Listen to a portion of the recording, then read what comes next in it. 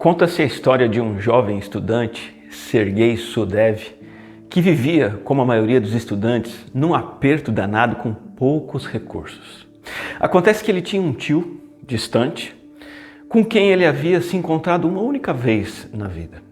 Um belo dia, os advogados desse tio batem à porta da casa dele e contam que o tio tinha falecido e que ele, Sergei, o jovem estudante, que vivia num aperto danado, era o único herdeiro da fortuna do seu tio. Aconteceu que logo após aquele encontro no passado do tio com o jovem foi incluído no testamento dele como único herdeiro. No momento que os advogados disseram isso a ele, ele pensou que fosse uma piada, porque ele vivia num aperto danado e de repente agora era verdade. Ele era herdeiro de uma fortuna de 2,5 bilhões de reais. Espiritualmente falando, muitos cristãos vivem com poucos recursos, sem nenhuma noção das riquezas espirituais incríveis que Deus nos deu em Cristo Jesus. Eu penso que é disso que Paulo fala em Colossenses, no capítulo 3, versículo 1 a 4. Nós temos basicamente nessa passagem, eu quero ler com você agora, duas declarações extraordinárias sobre o que nós temos em Cristo. E essas duas afirmações são acompanhadas de duas exortações a vivermos de acordo com o que temos. A ideia da passagem é que a consciência de quem somos em Cristo, do quão ricos, de quão preciosas são as nossas riquezas em Cristo, saber disso vai requerer de nós uma dedicação prática e exclusiva a Ele. O texto vai nos dizer o seguinte, Colossenses 3, 1. Portanto, já que vocês ressuscitaram com Cristo, essa é a primeira afirmação, procurem as coisas que são do alto, onde Cristo está assentado à direita de Deus. Mantenham o pensamento nas coisas do alto e não nas coisas terrenas, pois vocês morreram. Essa é a segunda afirmação. E agora a sua vida está escondida com Cristo em Deus. Quando Cristo, que é a sua vida, for manifestado, então vocês também serão manifestados com Ele em glória.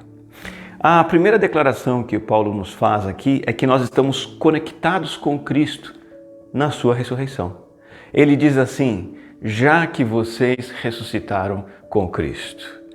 É uma afirmação de um fato acontecido, não é uma suposição, uma possibilidade.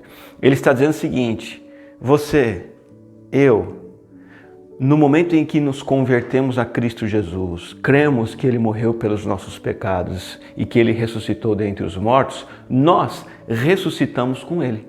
O que significa isso? Bom, a ressurreição de Jesus Cristo foi pontual, foi uma única vez que isso aconteceu, naquele domingo de Páscoa, no passado. Aquela experiência de Cristo, ela é experimentada por cada pessoa, cada homem, mulher, jovem, velho, criança, que confia em Cristo como Salvador. Por causa de estarmos unidos com Cristo pela fé, confiarmos nele, isso acontece na hora da nossa conversão, espiritualmente nós participamos da ressurreição do Senhor, passamos da morte para a vida. Então as verdades espirituais começam a fazer sentido, as realidades de Deus, as bênçãos que Deus tem para nós, a vontade de Deus se torna algo claro e nítido para a nossa vida. Trata-se de uma nova situação espiritual, da qual o próprio Jesus falou em João 5, no versículo 24, ele diz assim, eu lhes asseguro, quem ouve a minha palavra e crê naquele que me enviou, tem a vida eterna e não será condenado, mas já passou da morte para a vida. Essa é uma riqueza espiritual tremenda.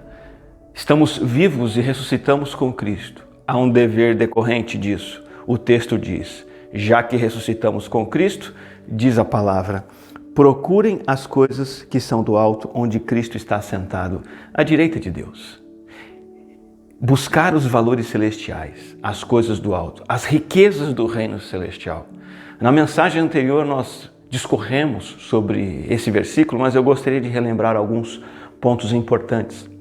A ideia é que as coisas do alto incluem tudo que do alto o Pai Celestial fez e faz por nós em Cristo Jesus. Nós, pecadores perdidos, através de Cristo já não perecemos, mas temos a vida eterna. Cristo é o Filho de Deus encarnado que morreu para pagar o preço dos nossos pecados.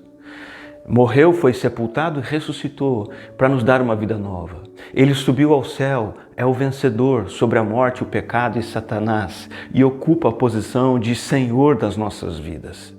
E Ele enviou o seu Espírito lá do céu, que está presente em nós, dentro de nós, nos capacitando a conhecer a palavra que Ele deixou escrita para nós e nos capacitando a viver a vida que Ele tem para nós e realizar a obra que Ele deseja que nós realizemos. Tudo isso são as coisas do alto. De modo que tudo que eu penso, ambiciono, faço, priorizo, planejo, tudo que falo, tudo isso precisa estar focalizado nas coisas do alto, nas coisas que têm a ver com Cristo assentado à direita de Deus. É a posição de honra e de majestade que Cristo ocupa como o Filho eterno de Deus, que precisa permear minha vida, monitorar minha vida. Jesus está no trono do universo com o Pai, governa todas as coisas. Ele é como aquele antigo rei guerreiro que saía para a batalha, derrotava os inimigos, trazia os subjugados de volta para o seu reino e se assentava no trono como guerreiro vencedor, com o seu povo, como seus súditos amados, debaixo dos seus cuidados e da sua autoridade. Cristo é esse rei.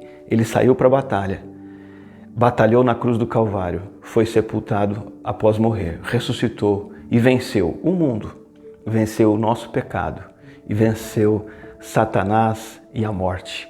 E nós somos seus súditos e devemos a Ele toda a nossa vida. Então temos que buscar as coisas do alto, viver de acordo com essa realidade. É por isso que o apóstolo Paulo usa um verbo muito interessante. Ele usa o verbo procurem as coisas do alto. Algumas Bíblias traduzem busquem as coisas do alto. A ideia dessa palavra é de investigação acurada e um empenho em obter ou conquistar ou alcançar alguma coisa. É o que Maria e José fizeram quando perderam Jesus na caravana de volta para casa, voltando de Jerusalém para sua cidade. Eles deixaram Jesus solto e de repente não sabiam onde Jesus estava. Procuraram Jesus por toda parte na caravana. Não encontrando, desistiram? Não, voltaram até Jerusalém e acabaram encontrando Jesus no templo discutindo teologia com os doutores da lei. A atitude de Maria e José em procurar Jesus até encontrar precisa ser a minha e a sua atitude em relação às coisas do alto. Fixar nossa atenção, fixar nossa ambição em buscar tudo que esteja relacionado ao governo de Cristo na nossa vida. Os interesses dele, a justiça do reino dele precisam ser a minha prioridade. É por isso que lá em Mateus 6,33, Jesus já tinha dito e já tinha exigido dos seus discípulos: busquem em primeiro lugar o reino de Deus e a sua justiça. As coisas que têm a ver com o reino de Cristo precisam ser as coisas que eu persigo. Esse mandamento de procurar as coisas do alto, este verbo, é muito mais do que apenas se interessar momentaneamente. Significa buscar com esforço, dedicação e valorizar tudo que do alto nos é dado. E não é algo para ser feito assim uma vez ou outra na semana, ou numa circunstância difícil, ou na hora que eu me sinto um pouco desanimado e abalado. Deixa eu procurar Cristo. Não. É uma atividade contínua, habitual, é um estilo de vida. É algo que precisa nos monitorar continuamente. Não pode haver um único momento da semana ou do dia. Não pode haver um lugar dos lugares onde eu transito. Não pode ter uma situação de todas as situações da semana em que eu não estou procurando as coisas do alto. Isso precisa ser feito o tempo todo, em todo lugar. E nunca estamos isentos deste mandamento. A segunda declaração que o apóstolo Paulo faz começa no versículo 2 e avança para o versículo 3. Ele diz assim: vocês morreram e agora sua vida está escondida com Cristo em Deus. E quando Cristo, que é a sua vida, for manifestado, então vocês também serão manifestados com Ele em glória. Esta é a segunda afirmação extraordinária da riqueza extraordinária que temos em Cristo. Se por um lado nós ressuscitamos com Cristo, por outro lado nós morremos com Cristo. Você pode se perguntar, mas como isso é uma riqueza? Como isso é legal? Morrer? O que nós somos? O que significa morrer com Cristo? Bom, também é uma coisa que aconteceu no passado de uma vez para sempre. Em que momento? No momento da nossa conversão a Cristo. Quando aceitamos a Jesus, fizemos a nossa profissão de fé, reafirmamos isso através do nosso batismo, nos filiamos à Igreja de Cristo. Na conversão, nós nos tornamos participantes da morte de Cristo na cruz. Nos unimos a Ele. Em que sentido? Quando Jesus morreu na cruz, a punição pelo pecado foi aplicada ali. Então, o meu pecado já foi punido. Eu morri com Cristo. Quando Jesus morreu na cruz, a vida física dele se foi. Ele retomou, mas se foi. Assim também, a minha velha vida sem Jesus também morreu. Quando Cristo morreu na cruz, o meu ego também morreu. O meu ego que comanda, o meu ego, a minha vontade, o meu eu que quer estar à frente de tudo também morreu, agora não está mais. E nós estamos seguros em Cristo, firmes nele, porque ele suportou no seu corpo toda a punição, todo o castigo do juízo e do julgamento de Deus contra o nosso pecado. Antigos sistemas de valores morreram, estão no passado. Prioridades velhas ficaram no passado. Crenças falsas ficam no passado. Amores antigos ficam para trás. Planos antigos ficam para trás. O mal e o pecado ainda residem em nós. Quando morremos com Cristo, não significa que o pecado foi deletado de uma vez por todas. Mas o que há de novo é que eu, como crente, agora tenho uma nova perspectiva em relação ao pecado que eu não tinha antes. E o pecado deixa de ocupar a posição de tirano e governante da minha vida para agora poder ser subjugado por mim na dependência do Espírito Santo. É isso que significa, então, morrer com Cristo. E essa é uma condição permanente, é uma realidade constante. Agora nós vivemos assim, rumando para a eternidade, não apegados às coisas temporais. O apóstolo Paulo explicou para os crentes da Galácia o que significava isso na vida dele. Em Gálatas 6,14 ele diz assim: quanto a mim, que eu jamais me glorie a não ser na cruz de nosso Senhor Jesus Cristo. Por meio dela, da cruz, o mundo foi crucificado para mim e eu para o mundo. O apóstolo Paulo não diz apenas que ele morreu com Cristo para o mundo, como também ele diz que o mundo morreu para ele. Mundo aqui significa esse sistema de vida, estilo de vida maligno, satânico, voltado para longe de Deus, em oposição a Deus. Agora que eu estou com Cristo, essa é a riqueza espiritual que eu tenho. O mundo está morto para mim e eu para o mundo. Meu irmão, minha irmã, se estamos em Cristo, nós morremos para aquelas farras, bebedeiras, festas cheias de promiscuidade e conversas sujas. Nós morremos para a embriaguez. Nós morremos para a busca frenética pelo sucesso, pelo aplauso.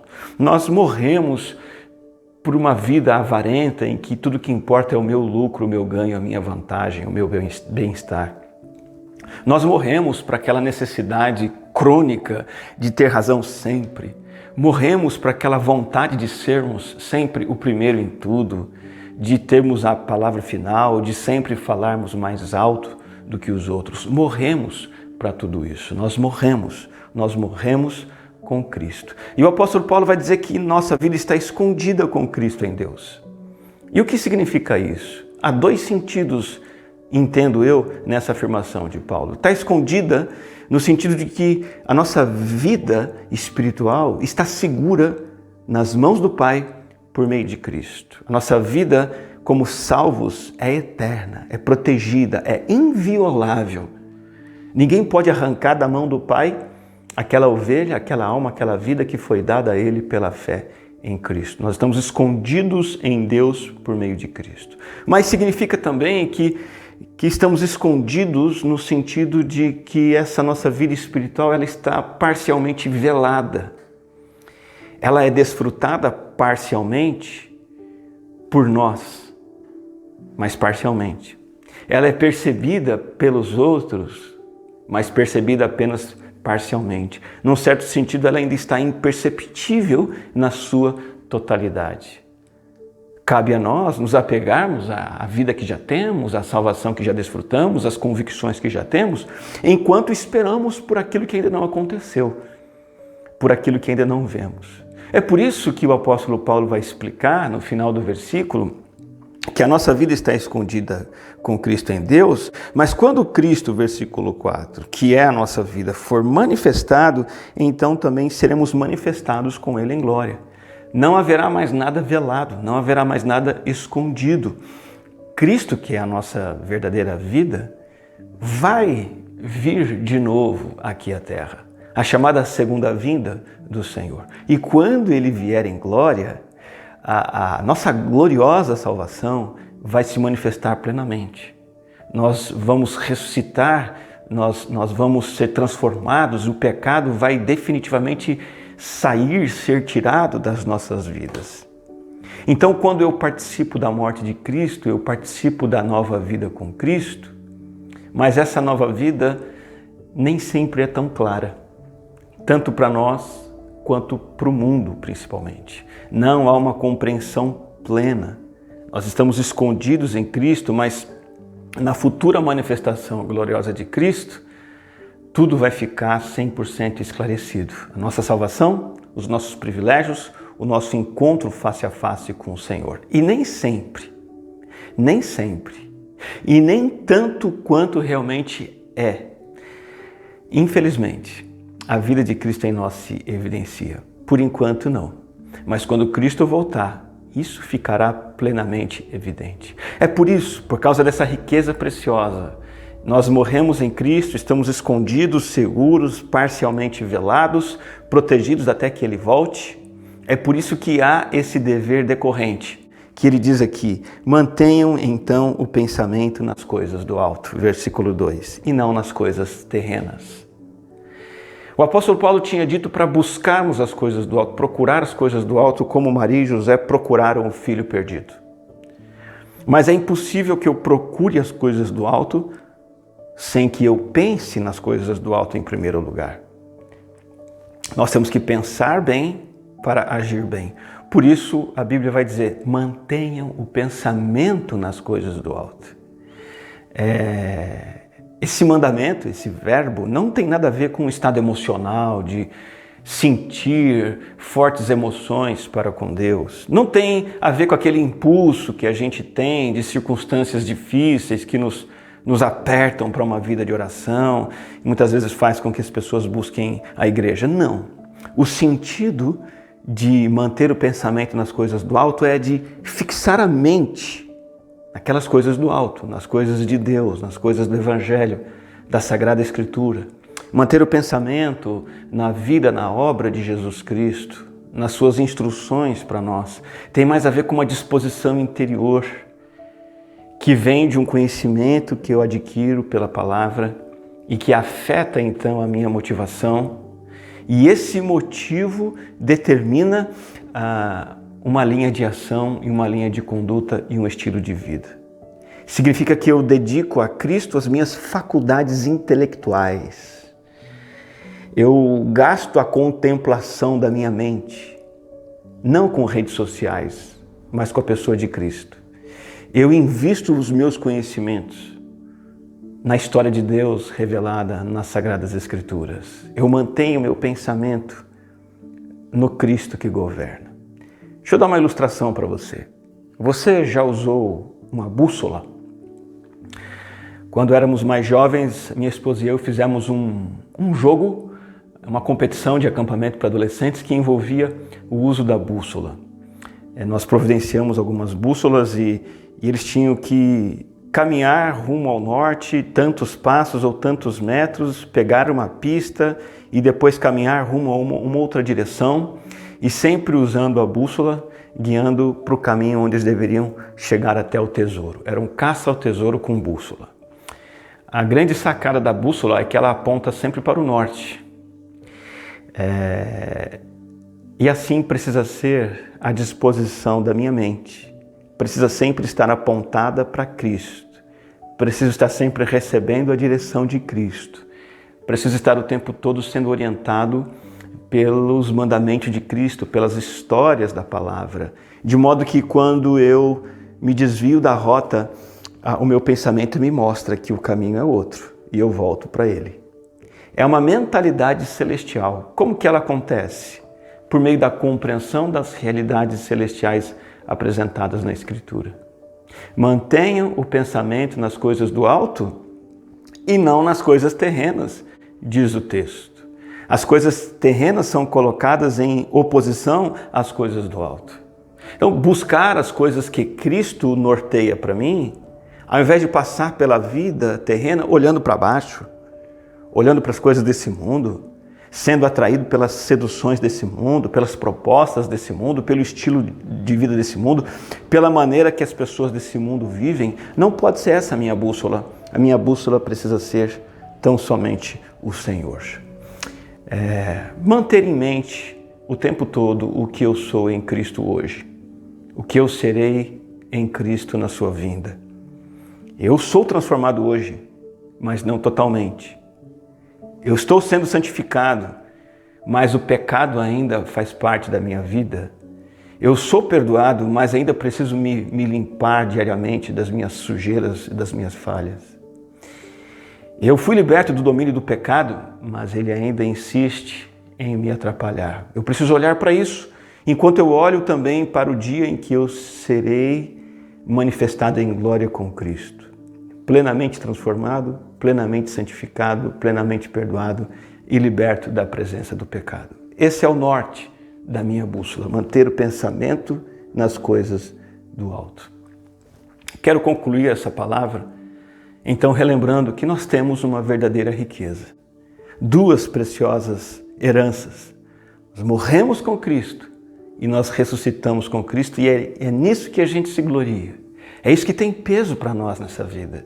Nós não nos encantamos mais com um terreno, uma casa maravilhosa, um carro de última geração, com uma internet rápida que nos permite ver um monte de coisa legal. Nós não nos encantamos com pessoas ao nosso redor, nós não nos fascinamos com comida, bebida. A nossa riqueza é que nós morremos com Cristo e ressuscitamos com Cristo, e essa riqueza determina e pauta toda a nossa existência. Nosso pensamento está voltado para isso e as nossas ações estão direcionadas para isso. Eu gostaria de orar com você nesse momento. Vamos falar com Deus. Graças te damos, Senhor, porque não merecemos, mas o Senhor nos tornou herdeiros de tão preciosas bênçãos. Abre os olhos, ó Deus, para que compreendamos essas riquezas que temos em Cristo Jesus. Que possamos rumar em direção às coisas do alto, mantendo o nosso pensamento nelas e agindo em função do que o Senhor tem para nós e do teu governo em nossa vida. Capacita-nos nessa jornada, é a nossa oração em nome de Jesus. Amém.